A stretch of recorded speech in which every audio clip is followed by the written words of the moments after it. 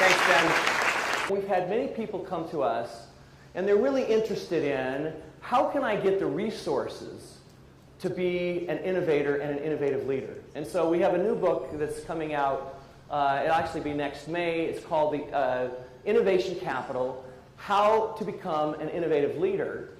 And this is about winning resources to turn your creative ideas into innovations.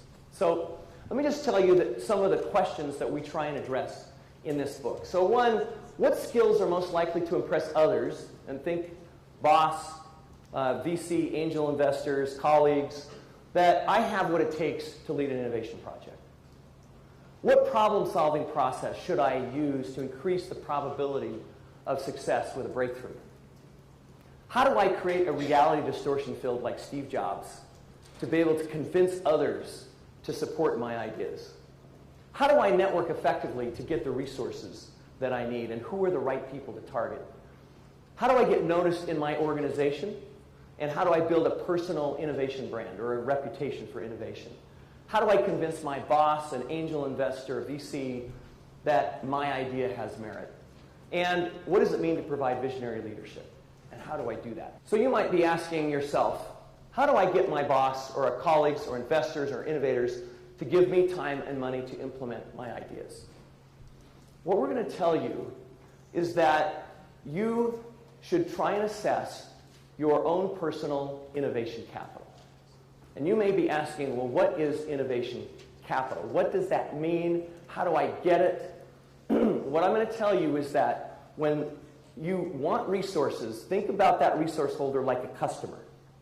Your job is to influence them to buy you and the idea you're promoting. Your innovation capital will influence that decision. Let me explain this. The notion and actually the terminology of innovation capital first dawned on us during an interview I had with Mark Benioff. And he told us, my ability to generate innovations at Salesforce has built up over time.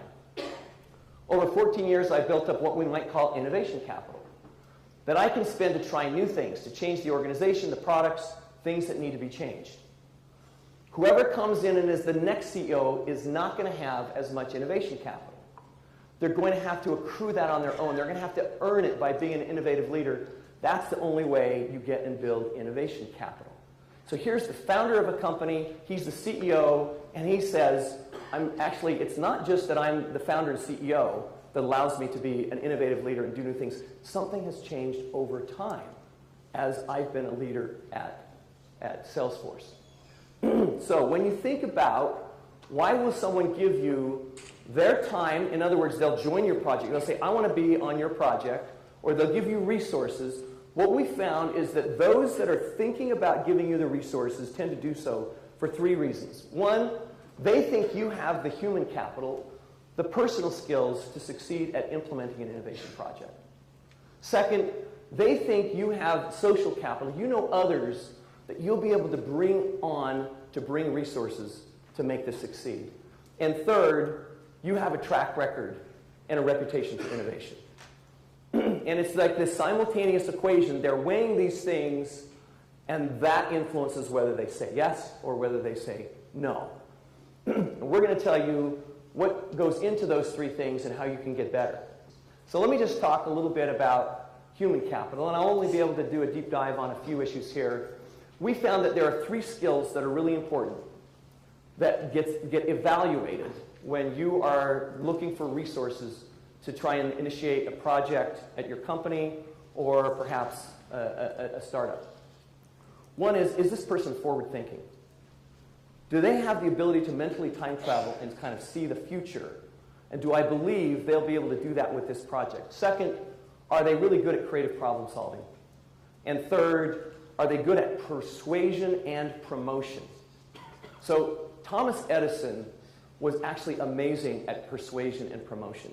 He went out and he persuaded J.P. Morgan to help fund Edison Electric, and J.P. Morgan was one of the first homes, his home in New York was one of the first homes to get electricity. He went to the Vanderbilts. He went to the Rockefellers.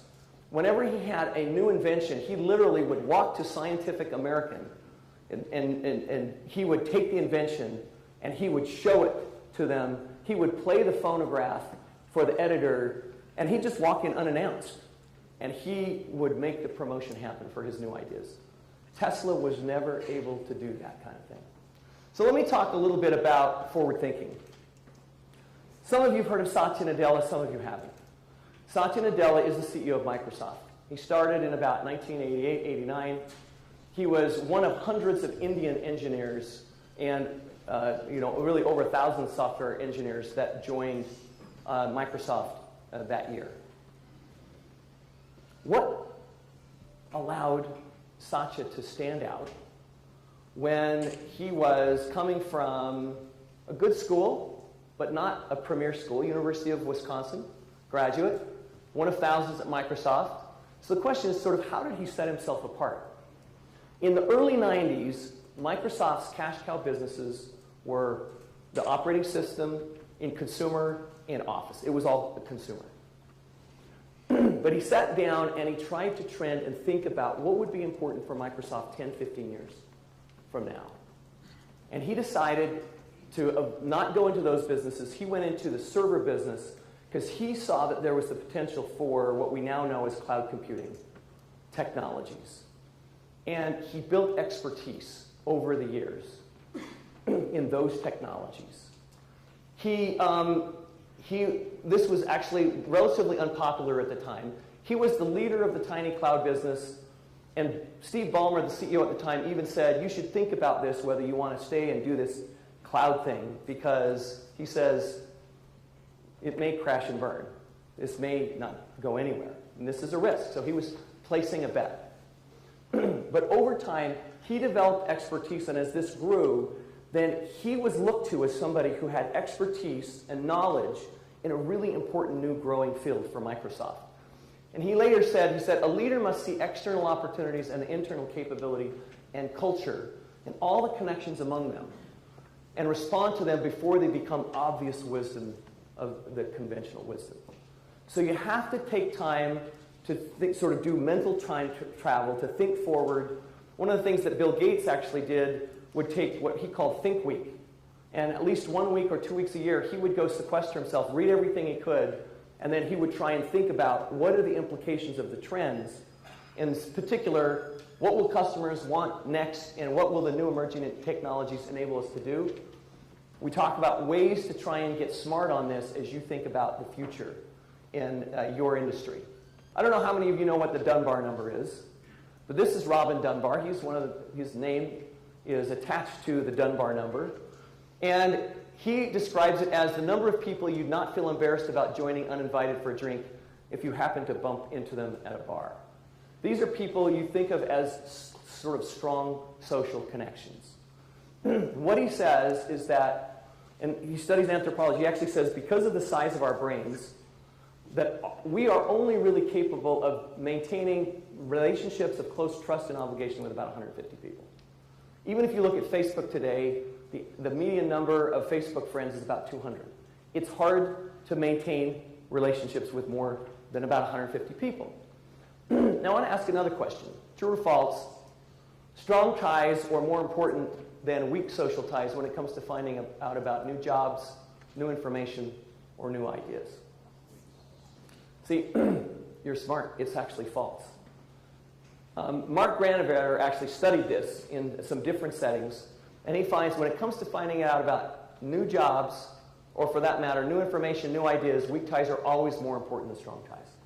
Now that may seem counterintuitive, but what it means is if you want to get resources for anything that you want to try and develop your ability to connect with people you don't know and don't know well. Here's the reason. Why are weak ties so important? It's because of volume. The volume of resources that are available through weak ties is so much greater due to network effects. So if you think about it, I can know 150 people well. But if I know 1,000 people just sort of as acquaintances or a little bit, and they know 1,000 people, and I can be able to access then, I can access 1 million people through those ties. So we're going to recommend not only thinking about strong ties, but also weak ties. And we identify 5 premier categories of folks you want to connect with. Innovators and entrepreneurs, organizational leaders, financial benefactors and investors, influencers. These could be people who are influencers on YouTube or the web, or they could be influencers because they're famous, or customers. So I figured since we're talking about networking, we might talk about the creation of a social network. And Mark Zuckerberg, most of you are familiar with the story about how he started Facebook with roommates Dustin Moskowitz Hughes and friend Eduardo Saverin. And that sort of got it going. But it was actually the weak ties that helped him succeed with Facebook. He got the key ideas for Facebook, and you know, there's some pretty good evidence that a lot of these ideas came from the Winklevoss twins, or if you saw the movie, called them the Winklevi. Divya, Narendra, they were launching ConnectU. And then also Aaron Greenspan had done a universal Facebook at Harvard. He actually went to Aaron Greenspan because he was taking a lot of these ideas and wanted to use them in Facebook, invited him to be a co-founder of Facebook, and Aaron declined. And the reason he declined was because Zuckerberg had been disciplined by Harvard because he did this face smash, which you may have seen from the movie, where he took photos of boys and girls, the young men and women, and he had these comparison, and people would vote on which one they thought was more attractive. But he scraped the names, the faces, the photo books without permission. So he was disciplined by Harvard, so he didn't want to do business with Zuckerberg. Funding came through weak ties, the real funding. It wasn't, Eduardo Saverin gave like $25,000 to kind of get the business started, but it was really Sean Parker, who he'd met through, again, a weak tie, who introduced him to Reid Hoffman, who actually is one of the founders of LinkedIn, who decided not to do it because he was in LinkedIn, who introduced him to Peter Thiel. Peter Thiel's the one that came up with the first million to launch Facebook. And then the technical talent, actually Sean Parker had weak ties to a lot of the key technical talent that helped launch Facebook. All right, I want to move on to talk about building a reputation within your community, within your company, and more broadly. The first thing that we found was really important is being a founder. Being a founder of something. It doesn't have to be a new business. So I know at BYU, I've helped be a founder of our academic winter strategy conference that we hold each year. I've been a co-founder of the strategy program here, co-founder of this conference. You can be a founder of some sort of initiative that will help you get recognized in your organization, and it will also help you if you're trying to convince someone else that you have created something before. You can talk about something that you have founded. Second, take on visible and hard projects. We'll talk about that more in a moment.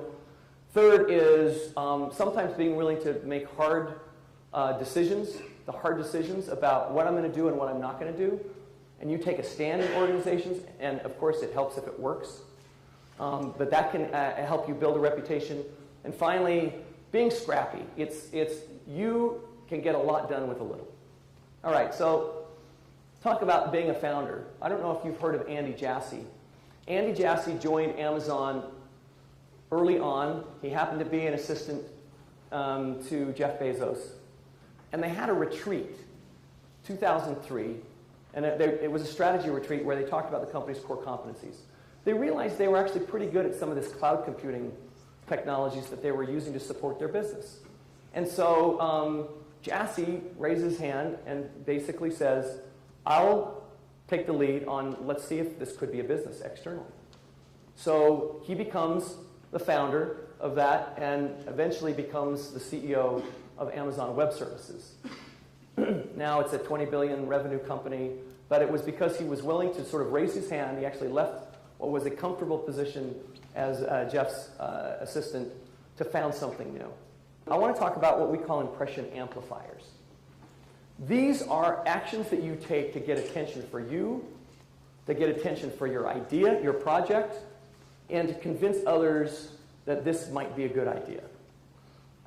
So there are a number of them. One is broadcasting, which is sort of like, again, marketing to get attention. Another is signaling. There's a way you can get credibility endorsements for you or for your project. There's storytelling. There's creating an emotional connection with others by telling a compelling story. Indra Nooyi moved Pepsi from being a junk food to a much more of a healthy, maybe healthy junk food, but much more of a health food company by focusing on her growing up in India and not having water when she was young, and how the big companies didn't conserve water and they didn't have any, and how PepsiCo needs to be a company that has sustainable food and sustainable water. Comparing your idea to something that is successful in a compelling way, showing a deep commitment to your project so that others think if you're that committed, then maybe I'll be willing to commit to it as well. And finally, you want to try and create the fear of missing out. Like, this is such a great opportunity. You don't want to miss out. So there are a variety of ways that you can try and be inspiring with a vision, and you're trying to attract the best people to your idea and your project because of that lofty vision. If you can do that, that is really key to then building a great product or user experience, whether it's a project team internally at your company or externally. That will attract customers, and that will attract investors, and then this leads to this reinforcing cycle. So if we could all perhaps dream a little bigger, I think that's one of the things that I learned from Jeff Bezos. Dreaming bigger, lofty visions are important. When they first heard about sort of the Echo, Alexa the Echo, it was basically a speaker that could tell you, you could tell it which songs to play. It could answer a few questions, but the idea was, let's make this dream, let's dream even bigger to see how this could be a virtual assistant to help you do really anything. And that's part of creating sort of and building this lofty vision and dreaming bigger. So I'm thinking if we could be like this one spider convincing the other spider to pursue this lofty vision, it's like if we pull this off, we'll eat like kings, right? That's trying, going for something big, something that will make it, could make a difference.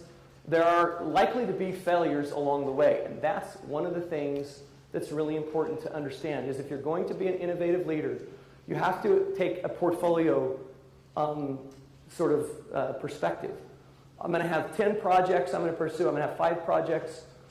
Maybe 2 or 3 won't succeed. But if I have 1 or 2 that succeed, that will make a big difference for me, for my career. As Jeff Bezos, he told me, he said, right now I'm working on my next billion-dollar failure. I know it's out there, it's coming. So I hope that all of you can sort of think about, how can I be a more innovative leader? How can I build some innovation capital so that I can compete and successfully get the resources to launch ideas with impact? Thank you.